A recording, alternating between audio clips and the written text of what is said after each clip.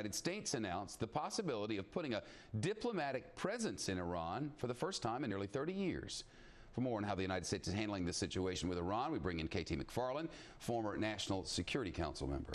What do you make of this? Is there a possibility of something really good here? There's something going on, and it's not clear what. On one hand, this may be the beginning of a thaw in U.S.-Iranian relations, which would be great.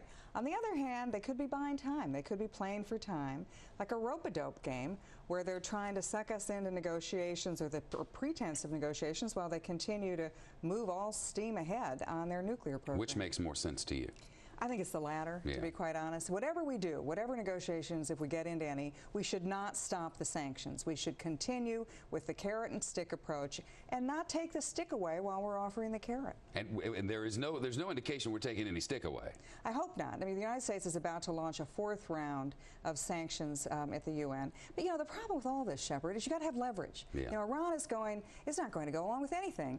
And why do they want to give up a nuclear program? It's something they've been after for years. It gives them great stature in the Middle East. It changes the dynamic in the entire Muslim world. They're not going to give it up without a real reason to give it up. This is clearly, no matter what the administration says, this is a change in policy, quite clearly. I mean, well, we didn't go to the table and now we will. That's a change. That is a change, and Iran has not stopped its nuclear enrichment program. But isn't it possible that that sends a message to the rest of the world? Look, the United States is flexible. Yeah. The United States is willing to negotiate. The United States wants this problem solved. We certainly want this problem solved. I mean, the problem is that the closer Iran gets to developing nuclear weapons, and even the most mild-mannered UN officials have said it's now maybe 2 years away. The closer Iran gets to that, the more likely they are to just say, look, why not? Let's go for it. History sometimes is a good place to look. Yeah, it usually is. Libya worked out pretty well. Yeah.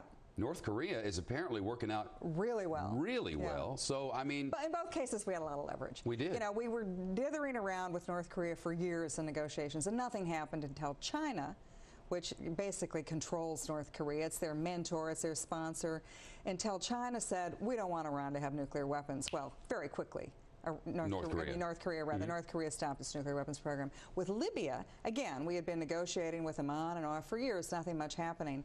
Then when we went into Iraq, and all of a sudden the world saw pictures of Saddam Hussein, the prisoner, from a rat hole with doctors looking through his hair for lice.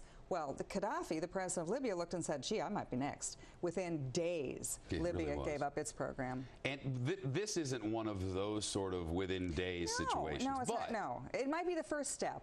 And you certainly want to explore those possibilities. The problem is we don't have a lot of leverage over Iran. They're rich. You know, the oil price, the high oil price hurts us, gives them a lot of extra oil revenues. So we need to get some leverage. And until we get Russia, the European powers to continue more severe sanctions against them, we don't have a lot of leverage. For people who sit around at home and go, Israel's sitting next door, they're watching mighty closely. If this gets close, the Israelis are going to go boom over there. Are they right? And if so, is there a possibility of a wider war? There's a possibility of a fireball in the Middle East. I mean, this could be a series of cascading events where Israel looks at Iran, sees Iran is going to develop nuclear weapons, that there's no stopping them. Israel tries a preemptive attack, a bombing attack, like the kind they had in 1981 in Iraq, like the one they had just last fall in Syria.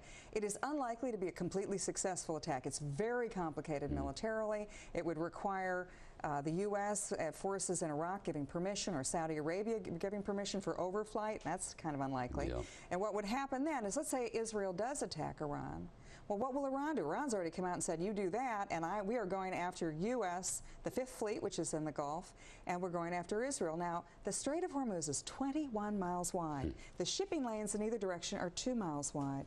A terrorist attack on tankers in the Strait of Hormuz, like the kind that we had again on the USS Cole, that could lock up 40% of the world's oil supply for weeks. And the Fifth Fleet is just over the bend in Bahrain, and that'd be an easy hit. Be an easy target. Not an easy target for an overall Iranian Air Force. You know, we could brush that off. What it would be, though, is a target for terrorists. K.T. McFarland.